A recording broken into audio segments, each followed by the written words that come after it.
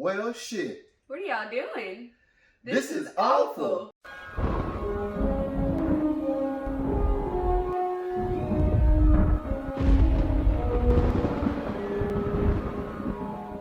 I'm Deontay. I'm Jordan. And today we're going to be going over Harry Potter and the Prisoner of Azkaban. If you haven't already, go out and check our previous two videos where we reviewed Harry Potter and the Sorcerer's Stone and Harry Potter and the Chamber of Secrets. Book 3 is my favorite book. I feel like, I know you said the book 2 had a lot of action in it, but this one has a lot of action. Like a lot. Yeah, book 3 is, I think, like I said last video, they all start to get better, and then book 3 just like it takes to that next level, especially towards the end with Sirius. But it's definitely one of my favorites. I think it was my favorite. Now, see, here you go, always trying to steal my stuff. What? You let me finish. You didn't even let me finish. You said book 2 is your favorite. I was gonna say. Cut to our last video where you said book 2 was your favorite. Say the movie was my favorite. Book 2 is my favorite book. Book 3 is my favorite movie. That's what I was gonna say. All right, let's get into it. All right, so chapter 1. So Harry's back at the Dursleys. It's his 13th birthday. He gets some mail from his friends this year since there's no Dobby to stop the mail. He got gifts from Ron and Hermione and a Hagrid.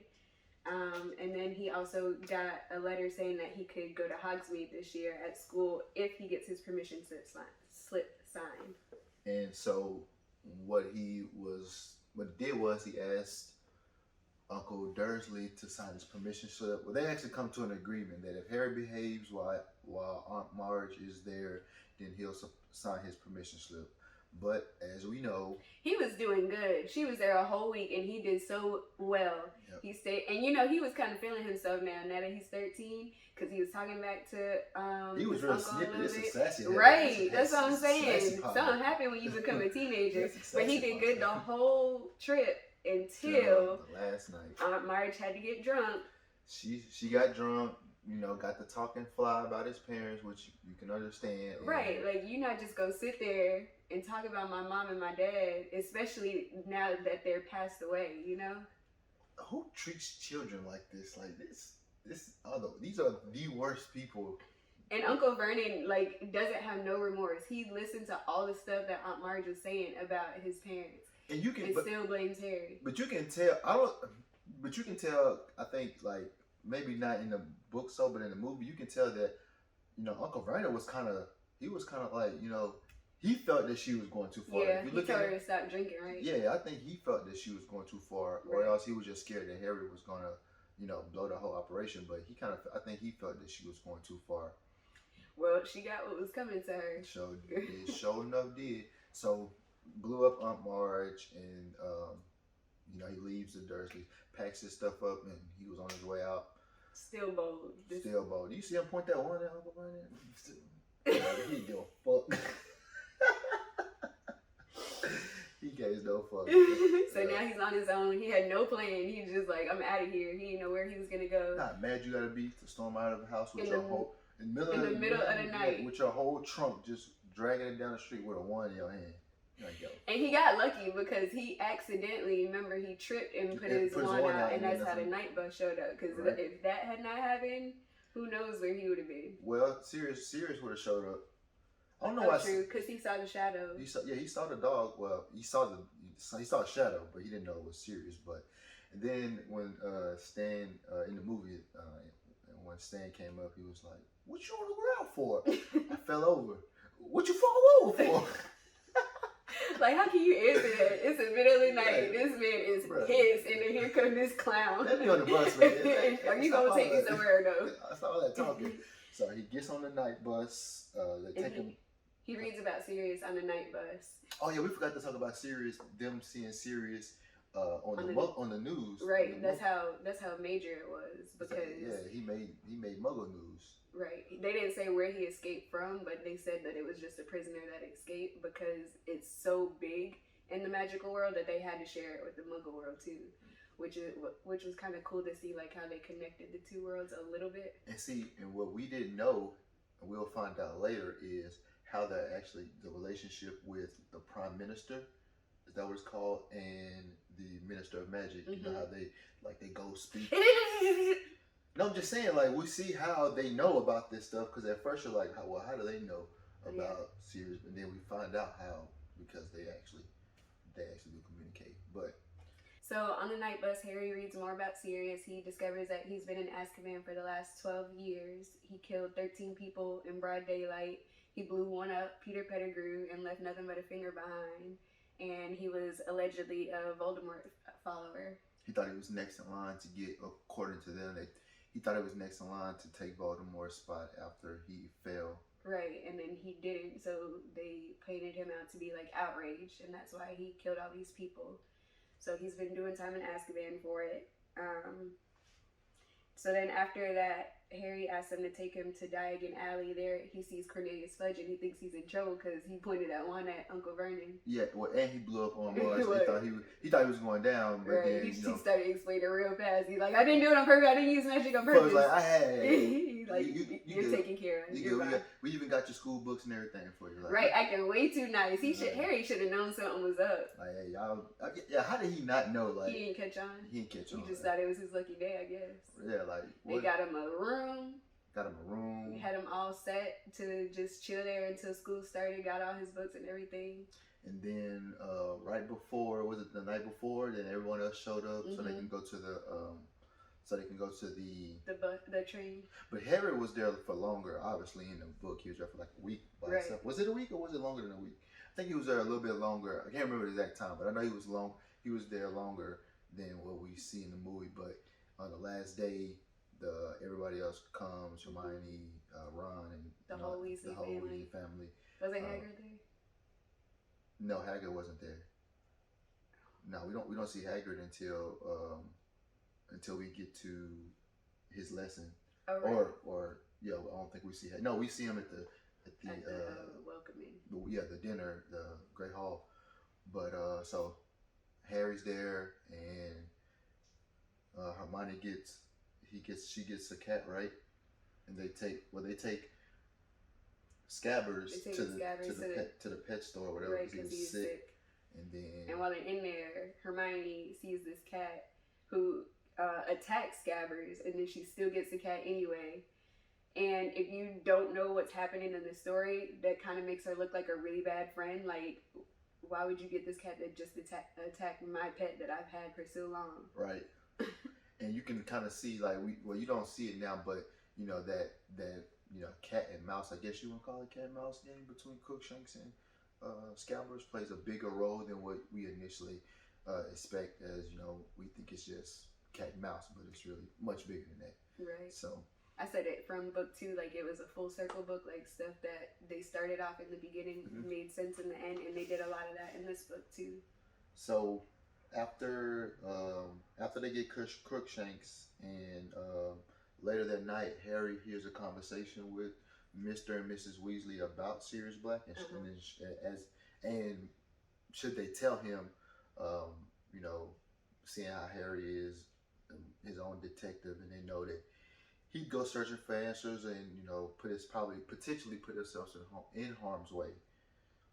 So I really like how they, it's gonna sound bad, but I do think Mrs. Weasley sometimes goes too far. I don't know if that makes sense, even though I know she's just a loving mother, and that's what all mothers do, but right.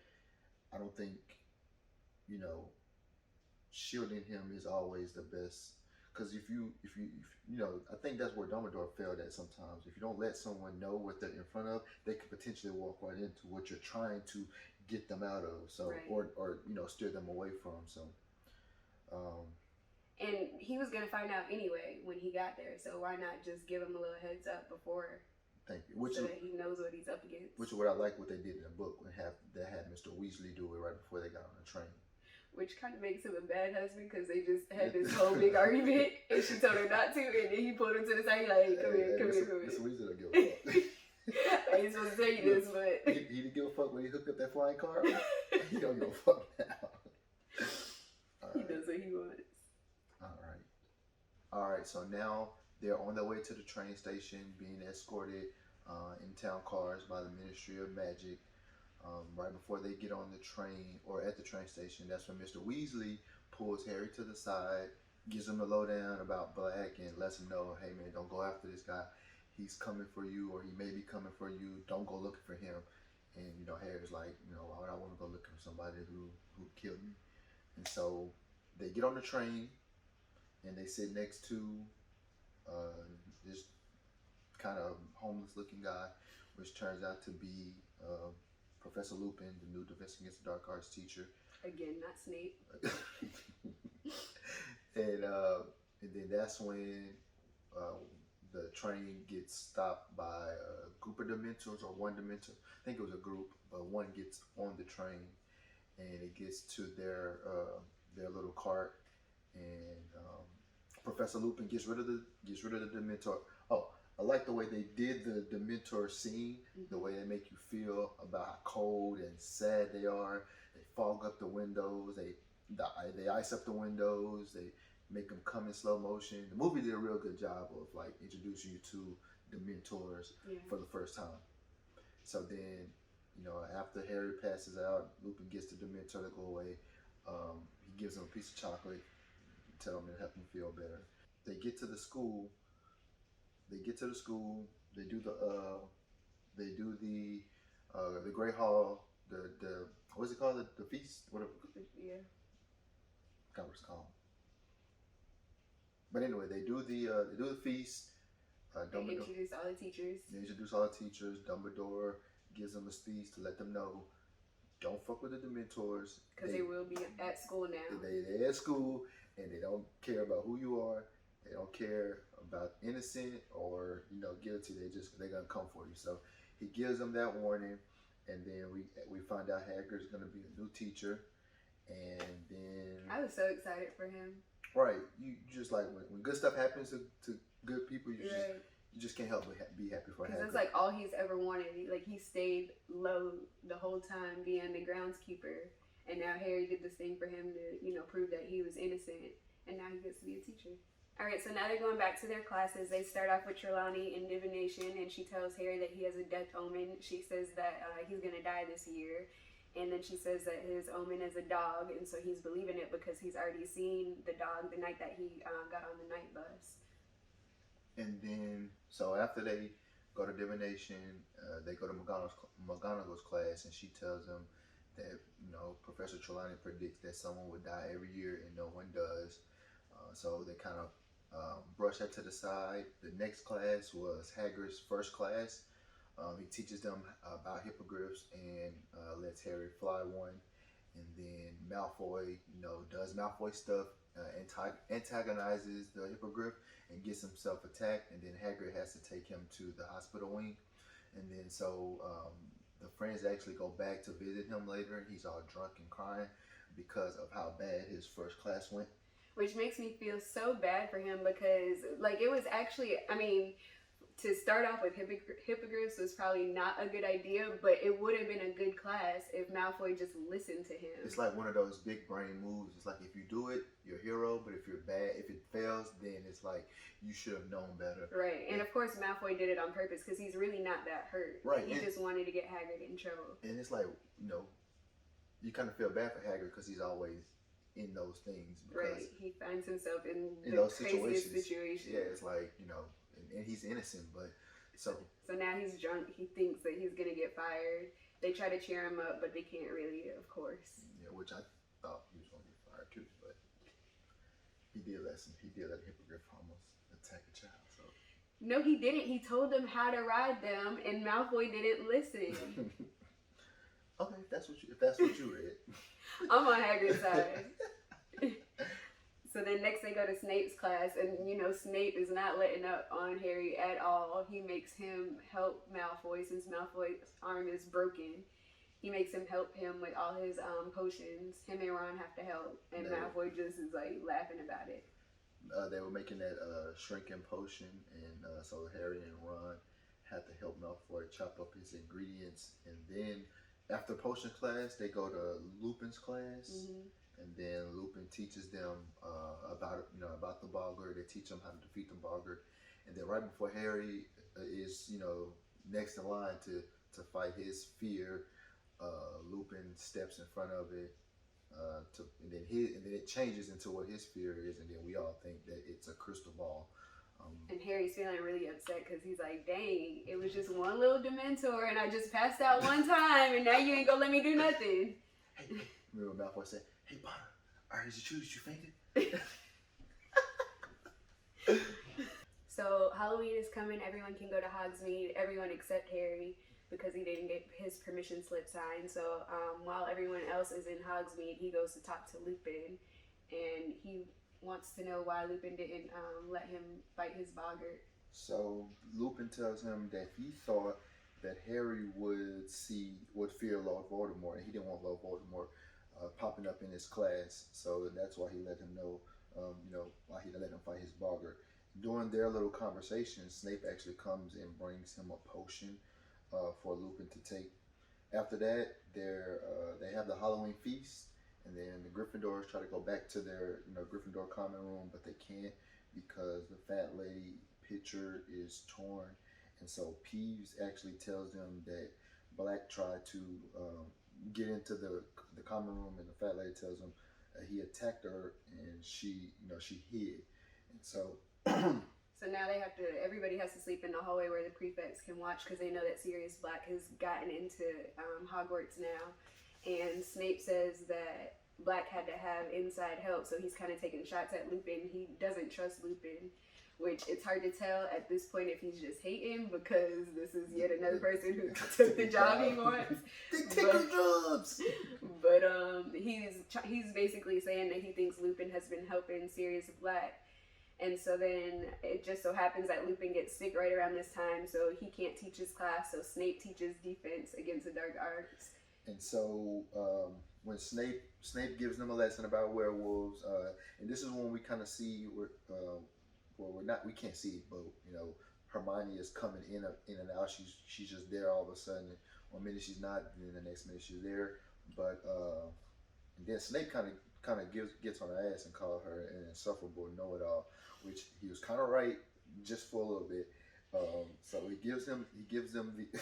You don't have to talk to these kids like this, though. So much contempt from a grown man for these children. So, but he gives them a lesson, a report to do for werewolves. Harry tells him that he has Quidditch, and Snape says, "I don't give a fuck about your Quidditch match. Don't lose no limbs, because that's not an excuse for not turning in this report." So, but coincidentally, the match against the Slytherins was canceled because of Malfoy's arm. So then they changed it to Gryffindor versus Hufflepuff.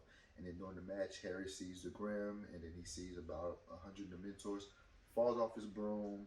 His broom flies into the Whomping Willow and gets crushed, basically. And then Gryffindor loses to Hufflepuff. And what? Say it a little louder. And Gryffindor loses to Hufflepuff. You really proud of that? I mean, you lost because a win is a win. What a scrub thing to say. Win is a win. Even Cedric Diggory didn't even know. He didn't even. All right, we'll get to that. Hufflepuff won. All right, that's all that matters. That's right. They won. So Christmas is coming. All the students usually leave for Christmas. So before they leave, they get to go to Hogsmeade again. This time, Fred and George give Harry the Marauders map so that he can go too. He sneaks into Hogsmeade. He finds Ron and Hermione. They take him to get a butterbeer. While they're in that pub, some teachers come in, so they have to hide. Then they're hiding. They're listening to the teachers talk about Sirius Black, and Harry discovers that Sirius Black is his godfather. So after Harry finds out Sirius is his godfather, he gets all whiny about it. The three friends try to help Hagrid with his case because now he has to go to court for Buckbeak. So they agree to help him find information about cases for Buckbeak. Then they have Christmas dinner, and then Professor Trelawney. Actually, he gets a anonymous firebolt with no name. He gets an anonymous firebolt for Christmas, and then they have Christmas dinner, and then that's when Professor Trelawney tells them that someone will die because there's like 13 people at a table, and every time there's 13 people seated together or at a table, then one of them would die. Then they took that out of the movie. It's only in the book. But that kind of shows that she doesn't know what she's talking about. Like you can't use every single thing to say that somebody's gonna die. Yeah, every opportunity that she takes, she lets them know that Harry's gonna die. Right. So if I was Harry at this point, I'd be like, I don't even believe it no more. Like, I'm gonna go ahead and head out. You good? Yeah. And so Hermione then tells Professor McGonagall. She snitches to Professor McGonagall about the firebolt that Harry got, and then McGonagall takes it away, says it could have been sent by Black, or that it could be sent by Black and it could be cursed. School and Quidditch is back in session. Lupin agrees to give Harry lessons on how to defeat the Dementors, or better protect himself against the Dementors. So they start having lessons. The first session, Harry fails to perfectly cast a Patronus, and then Lupin steps in. Again, we see his fear being what we think is a crystal ball. Lupin tells Harry that he knew his father, and then they kind of have a discussion about Black, and that's when things get a little tense, and they end the session. So then the next session, Harry does actually cast a Patronus, and Harry was actually having trouble having a memory strong enough to perfectly cast his Patronus. But he then asks Lupin what's under the hood of a Dementor, and Lupin says no one really knows. They only take it off to perform the Dementor's kiss, and that's when it sucks your soul out of your body. Doesn't kill you, but it leaves you soulless. And then he tells them that's what's going to be Black's fate whenever they catch him. Yeah, and while this is going on, they're starting classes up again, and Harry and Ron are wondering how Hermione is getting to all of her classes, because she's taken a lot of classes this year. Some of them are at the same times. They realize that she's kind of just popping up out of nowhere at certain times, so they're trying to figure out how she's able to do that. Also, Scabbers has gone missing, and Ron found cat hairs by Scabbers' bed. He found bloody sheets, so now Ron and Hermione are going head to head, because Hermione's trying to say that Crookshanks didn't do it, even though it looks like there's evidence there. So now they're fighting, and Harry's kind of caught in the middle. Harry also got his broom back from McGonagall. She couldn't find anything wrong with it, so now he's ready for the next Quidditch match, which is Gryffindor versus Ravenclaw. While he is in the air trying to look for the snitch, he thinks he sees Dementors, but he's been doing all this practice with Lupin, so he feels a little more confident now. He defeats the Dementors, or he thinks he does. He gets the snitch, and then Gryffindor wins the game. So, what was it? You heard what I said. Yeah, I know, but I didn't hear what you said. What did you say? He got the snitch. And what happens when you get the snitch? Okay. So, it turns out those Dementors, they weren't Dementors. They were Malfoy and his friends in robes. So, McGonagall lights a fire in their ass. Gryffindor has a party to celebrate their win. And then that's when, in the middle of the night, Ron wakes up saying that he saw Sirius Black standing over him with a knife. They go to the portrait, the new portrait, because the fat lady, she got up out of there. And he says he let Black in because Black knew the password. And the password was laying on a piece of paper that was left by Neville Longbottom. So poor Neville. He can never catch a break. Why is it always me? So they're looking for Black. They know that he got into Hogwarts again. They don't find him, so they know he escaped again. So now Neville is banned from knowing the password. He can't get into his own room unless somebody else lets him through the commons. And now everybody's going back to Hogsmeade. This time Harry can't go and Neville can't go. He's just getting punishment left and right. His grandma sent him a howler. That's so embarrassing. She was just going off on him too, and then it ripped itself up at the end. So everybody's going back to Hogsmeade. Now Harry has to get rid of Neville, because Neville's like, we can hang out since neither one of us can go, but Harry doesn't want to go, so he gets rid of Neville. He uses the invisibility cloak to sneak into Hogsmeade. This time he also uses the Marauder's map again. While he's out there, instead of just, focusing on himself, he's over there trying to play tricks on Malfoy. He has the invisibility cloak on, and he throws snowballs at Malfoy. So Malfoy thinks that they're just coming from thin air, until Harry kind of trips and the invisibility cloak slips, and then all you can see is Harry's head. And so that Malfoy, being the snitch that he is, he runs back to the school to go tell Snape. And so Snape catches Harry near the secret entrance, and he's on to Harry.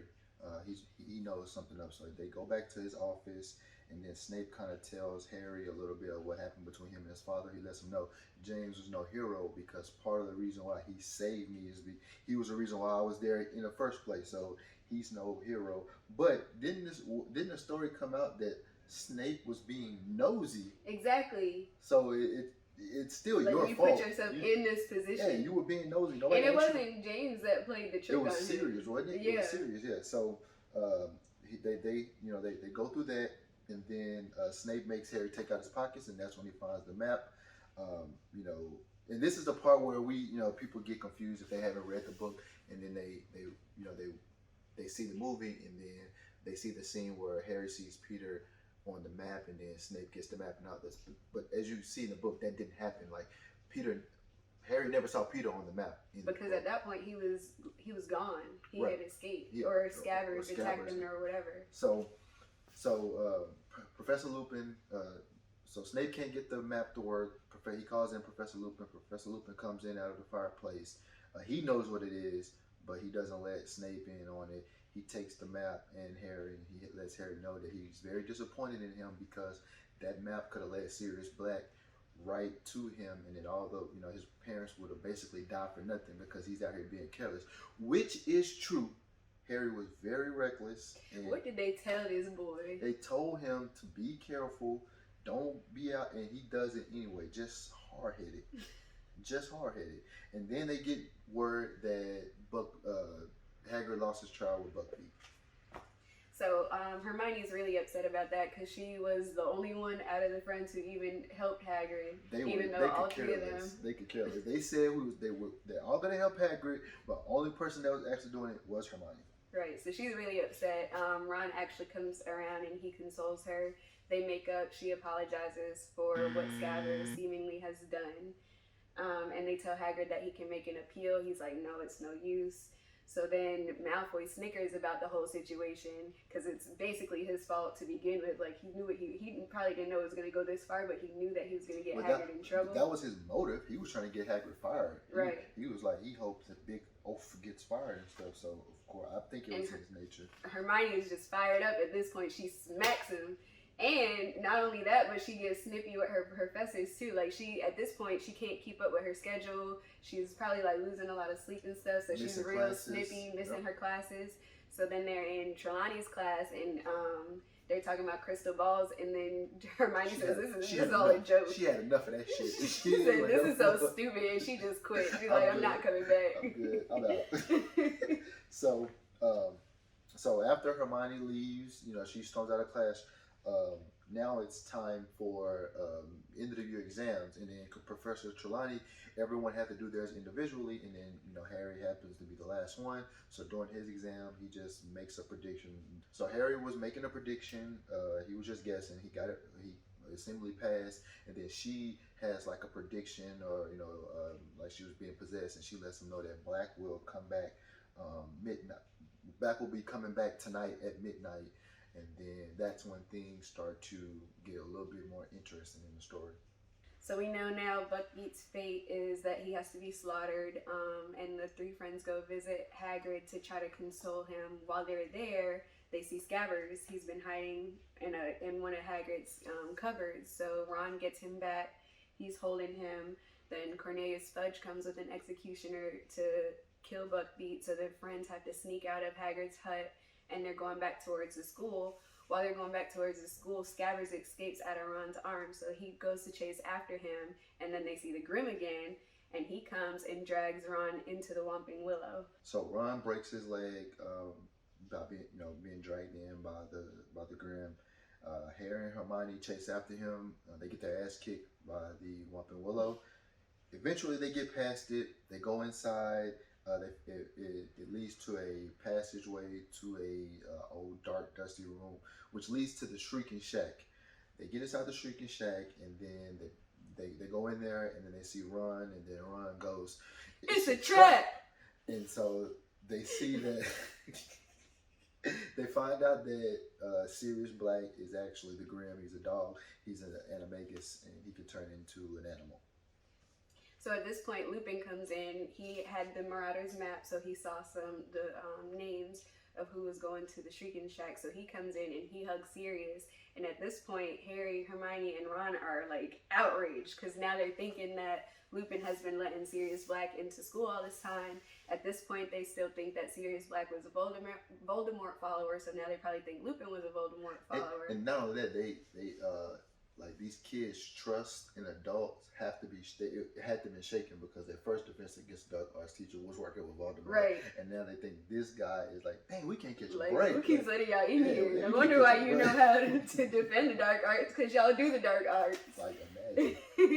But so then Lupin starts to try to explain to them what's going on. He saw that Peter Pettigrew's name was on the Marauders map, which made him come, and he started putting things together. And he says that Scabbers, Ron's rat, is actually Peter Pettigrew, who is also an animagus. All right, so now we're once we know that Black isn't after Harry, he's after Scabbers, which is Wormtail.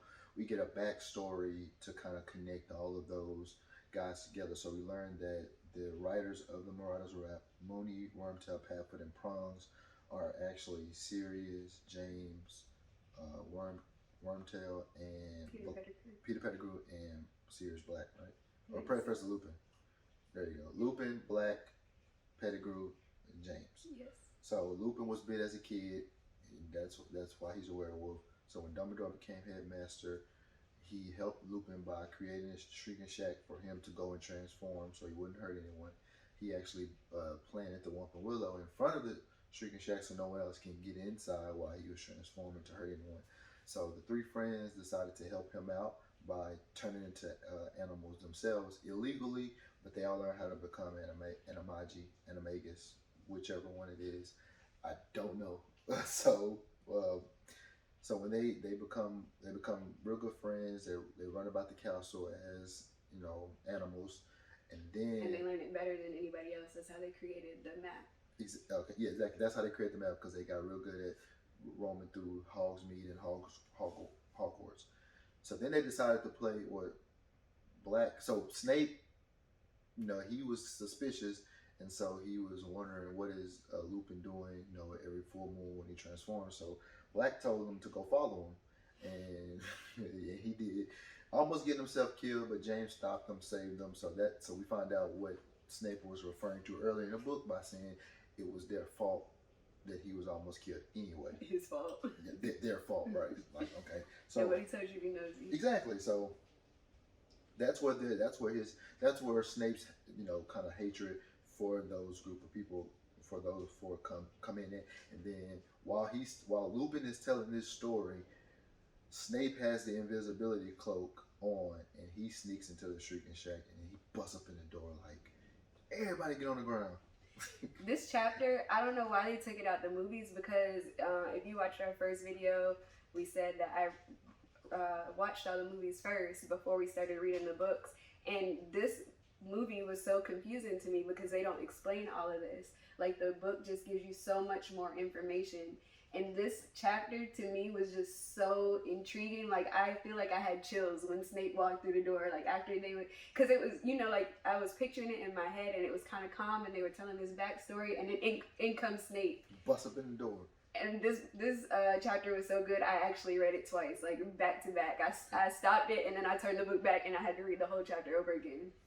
So Snape didn't hear the whole backstory. He came in at the end and he sees Black and Lupin together. He thinks that they're working together. He wants to take them to the Dementors. Everybody else in the room tries to do a spell on him all at the same time, so he passes out. And then Black starts explaining. He's talking about where Lupin left off. So he talks about the night that Lily and James Potter were murdered.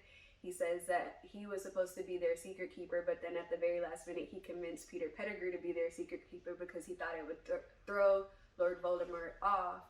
Unfortunately, Pettigrew turned on them, and he actually led Voldemort to Lily and James, even though he was their secret keeper. I guess he thought he would have more power by turning to Voldemort's side. Yeah, because he's a coward, that's why. So Voldemort ended up coming after them. He killed them. Then later that night, Sirius Black confronted Peter Pettigrew, he's like, "You're the only one who knew where they were, so it must have been you that told Voldemort about it." So then, in order to try to get away, Peter Pettigrew blew up the street. He killed 12 people. He cut off his finger to make it look like he was dead, and then he turned back into a rat and disappeared. So then cops showed up. The only person that they saw there was Sirius Black. They obviously thought that he had done all of this, so they sent him to Azkaban. So now he had been in Azkaban for 12 years. Then he just so happened to get a newspaper one day while he was there. He saw Scabbers on the front cover. He was in Egypt with Ron's family. They were on vacation, and he knew instantly it was Scabbers. So then he knew that Ron goes to Hogwarts, and then he started this whole plan to try to get to Hogwarts to get to Scabbers. So, to get to Peter Pettigrew. So he escaped from Azkaban. He turned into a dog, which I don't understand why, if he knew that he could do that. Why he didn't do it before? Right, like why would you just sit in jail for 12 years if you knew that you could get out by transforming into a dog? I guess he didn't want to live that lifestyle. Yeah, I guess he didn't have much to live for. His family, his friends were dead.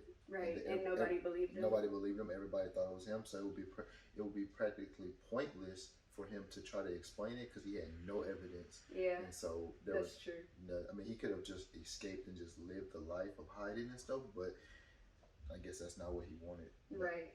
But now that he knows where Peter Pettigrew is, he kind of has a reason. So he turned into a dog. The Dementors who are guarding the cells at Azkaban can't sense, or they can't see, they can only sense humans. And so when he turned into a dog, they couldn't sense him. He got out, he got to Hogwarts. He met up with Crookshanks, the cat, and he learned how to talk to Crookshanks. So that's who had been helping him get into Hogwarts.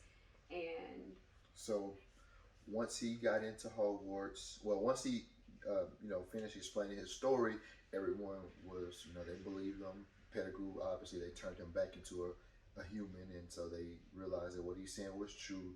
So, Harry stops, because Lupin and Sirius Black, they was finna smoke. They was ready to off that man. Hey, they were finna smoke Peter. They weren't playing no games with him. So Harry was like, "Look, man, my daddy wouldn't want his two best friends to become killers."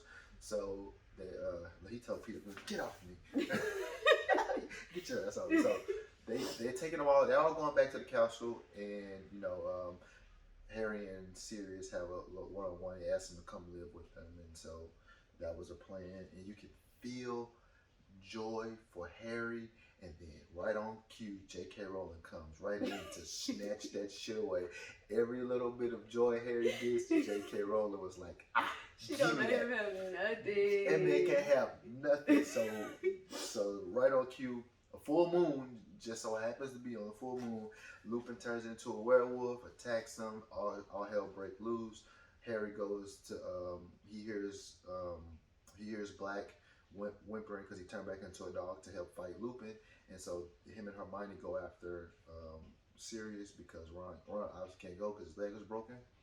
And then that's when they all get attacked by Dementors. Harry, Hermione, and Black are being attacked by Dementors. Right before Harry passes out, he sees a light. He thinks it's a unicorn, and then that's when they wake up in the hospital wing. So they're in the hospital wing, and Harry was unconscious. Now he's regaining his conscience. He hears a conversation between Snape and Cornelius Fudge.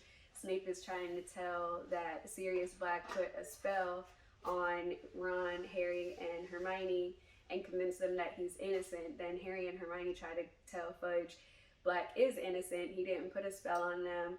They saw Peter Pettigrew. Snape passed out before the rat turned back into Peter Pettigrew, so he didn't see all of that. Fudge is like, he doesn't want to hear all of that. Black is about to get the Dementor's kiss. So then Dumbledore comes in and he asks to speak to Harry and Hermione alone. He tells them that he does believe that Sirius Black is innocent, but there's nothing he can do about it. Then he says, we need more time. So then Hermione reveals that she's had a time turner and she's been doing time travel this whole year to get to her classes on time. McGonagall gave it to her and said she can only use it for classes, but now obviously Dumbledore is giving her permission to use it in this case as well. So then they start to come up with a plan. Why would they give something like that to a child? A time turner.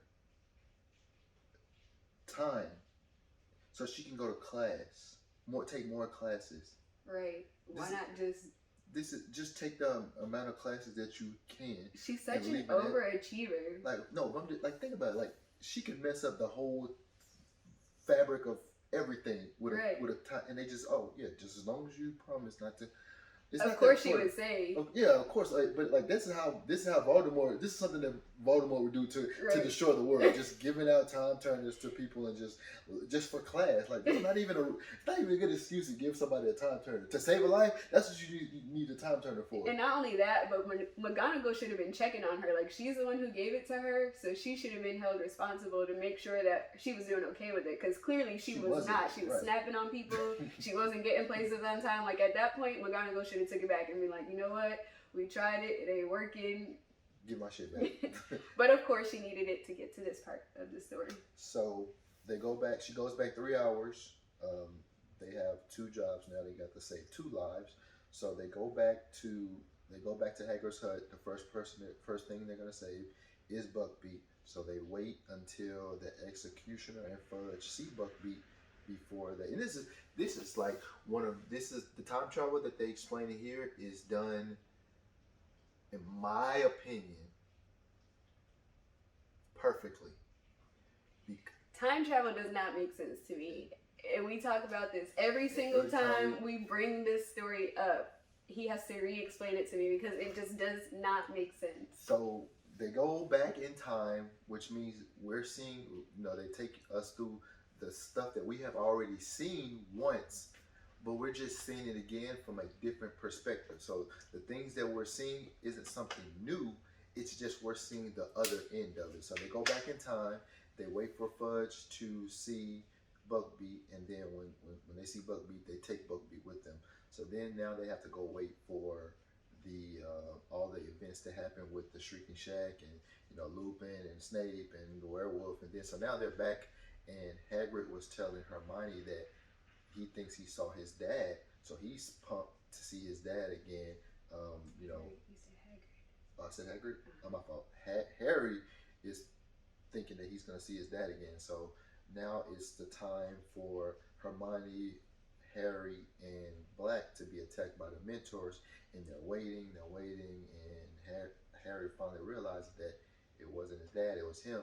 So he cast the best spell in the whole entire series. He just goes for Expecto Patronum, and then just... How long you been waiting to do that? I was waiting till we got here so I can do it. I could not wait. I was like, can we hurry up and get to the end? But no, so he casts the Patronus and, clears out the Dementors.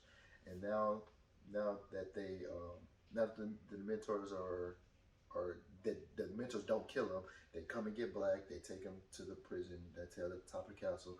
They take Buckbeak, fly to the castle, break him out, get him to Buckbeak.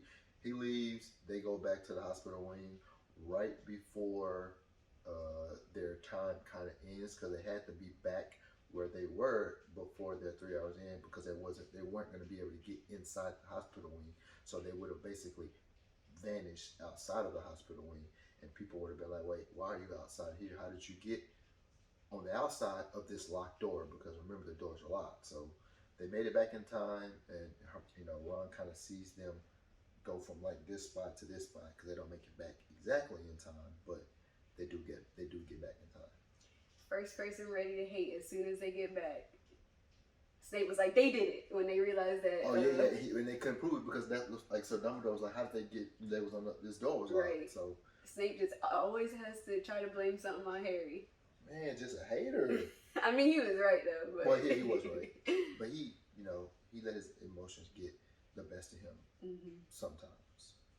So like Deontay said, Snape sometimes loses his temper. The first names? Is that what we doing?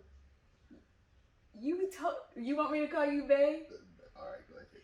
So like they said, Snape sometimes loses his temper.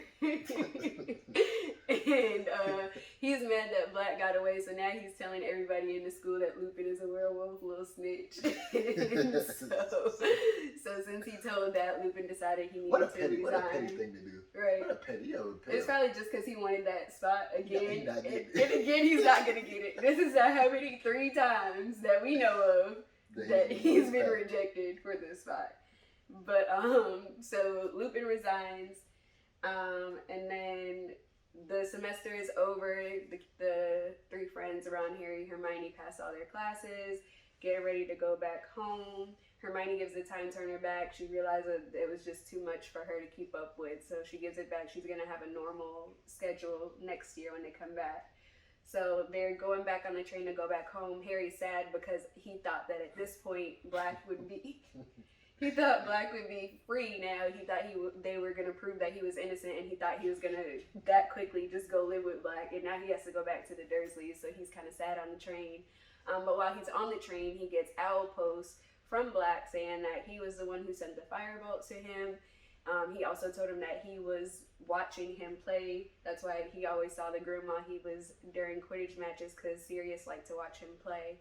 And he also said that he signed his permission slip for him to be able to visit Hogsmeade next year. Which, how can he do that? Like, is he signing as Uncle Vernon, or is he signing as himself, Sirius Black, Godfather, also fugitive and wanted for murder? Like, what do you... Right? Like, who is he giving the letter to? Again, like, who's reading these permission slips? This is, like... These magical people are reading permission slips. Right, anybody. They could have wrote it themselves. Right, like who They could have used magic and signed their parents' names. And they probably have some magical detection, some forgery detection spells that detect forgeries. Maybe he just gave it to Dumbledore on his way out while he was running from being executed. And Dumbledore is like, all right, Harry, you don't need a permission slip anymore. Your fugitive godfather already gave me permission, because him and Dumbledore, they will be continued talking. We'll find out. Right. So Harry gets back to the train station, and Uncle Vernon sees him with said letter, and he tells him, "This is my ex-con godfather who will be checking on me regularly, so you better behave or he will be on your ass." And Uncle Vernon was spooked instantly. And that is Harry Potter and the Prisoner of Azkaban. I know this was probably going to be a long video because this was a good book, and it was really good. Like I said, this one was my favorite, and I like how every single part of the book has meaning from the very beginning. So like starting with Ron sending the letter from Egypt and seeing Scabbers, that had meaning. One thing that we haven't talked about is the sneakoscope that he gave Harry for his birthday. That had meaning because it kept going off while Scabbers was in the room, even though they didn't know why. Every little thing in this book had meaning, and it all made sense by the end. It was very suspenseful. Like, this was very suspenseful. Everything had suspense in it. So this is, again, I'm not... This is what? This is what? Go ahead and say it's your favorite book after you already said that book 2 is your favorite. Go ahead and say it. So this was my favorite book. You do this every time. You try to say that I couldn't have Dobby as my favorite character because now that's your favorite character. You did. Now I'm saying this is my favorite book and now it's your favorite book. Like, get your own stuff. I never said Lockhart was my favorite. So we'll be back with Harry Potter and the Goblet of Fire, which is probably going to be an even longer video because that is a longer book. But please come back and stay tuned. If you watch this long, thank you so much for staying with us. We love y'all. And have a good day. Peace. 1, 2, 3. I did my waiting. 12 years of it in Azkaban prison. That's why you was laughing? You scared the shit out of me. Don't fuck with me, babe. All right. Get it together. We almost done. No, we're not. Don't lie to me, bitch. Get your shit together, man. 1, 2, 3. So, what's wrong with you? What is wrong with you? That was an accident. No, is it? I saw you push it out. Nasty. Did you? Yes. Oh.